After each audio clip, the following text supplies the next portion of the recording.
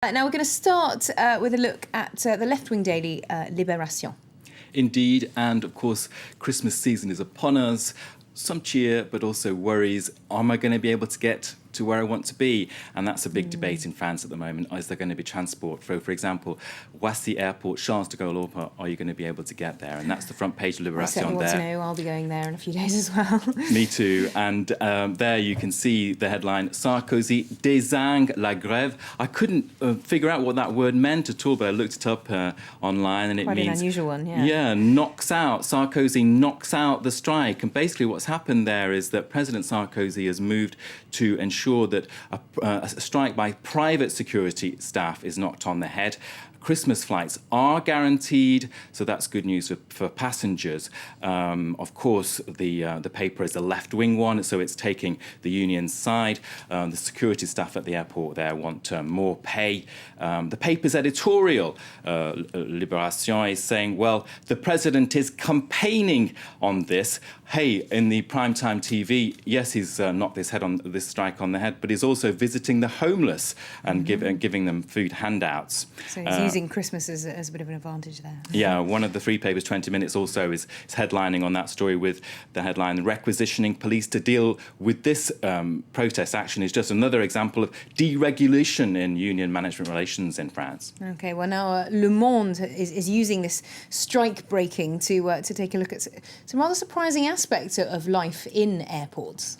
Well, in a kind of bizarre coincidence, this feature in Le Monde says that there are actually 100 homeless people at Roissy Airport. You can see Terminal 2 is a kind of their fixed abode, if you like. Now, of course, no sign of Sarkozy at the airport to give them any food. The paper there reports that several characters have been there for years, up to 10 years, and one of them is from the Central African Republic called Aristide, and he says, well, hey, being here, I'm stuck, and it's a bit like going on a round-the-world trip because you see all those passengers come and go. So it must be perhaps a bit frustrating, though, if you can't go anywhere. But very interesting. I had heard that before, that airports can become a bit of a home from home for people who haven't got anywhere else to go. But we're going to stick with Le Monde because their front page editorial is looking at one of our top stories this morning, the ties between France and Turkey and the problems. Well, Franco-Turkish relations are the headline in all the papers this morning in France. Now, this is the editorial on the front page of Le Monde, Ankara's anger at Paris. And its editorial there, you can see, Les lois mémorielles ne servent à rien, hélas. And that translates as, this kind of legislation on historical issues serves no purpose at all. Now, it argues that it's not for legislators to rule on what is history. It does not protect the memory of Armenians in France. There are 500,000 in the country. That's an extraordinary number. And it says the negative effect of this, that it's creating a standoff with Ankara, and the editorial in Le Monde is saying that is absurd.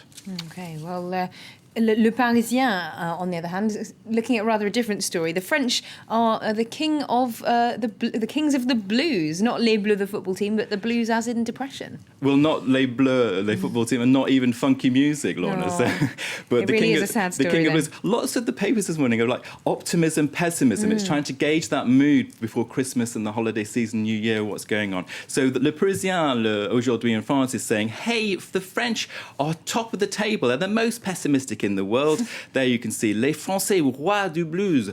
So there were 51 countries surveyed, and one of the articles inside the paper is saying that, well, look at Africans. They are much happier in the league table of happiness, and it quotes in one article Nigerians in Abuja saying that they're convinced that next year, 2012, will be much better for them.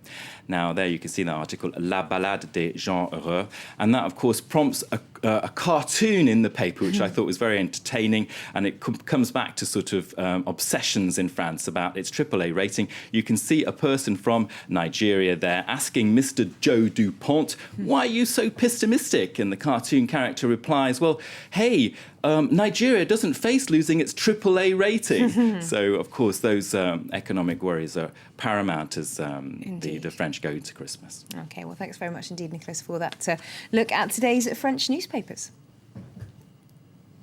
Well, there's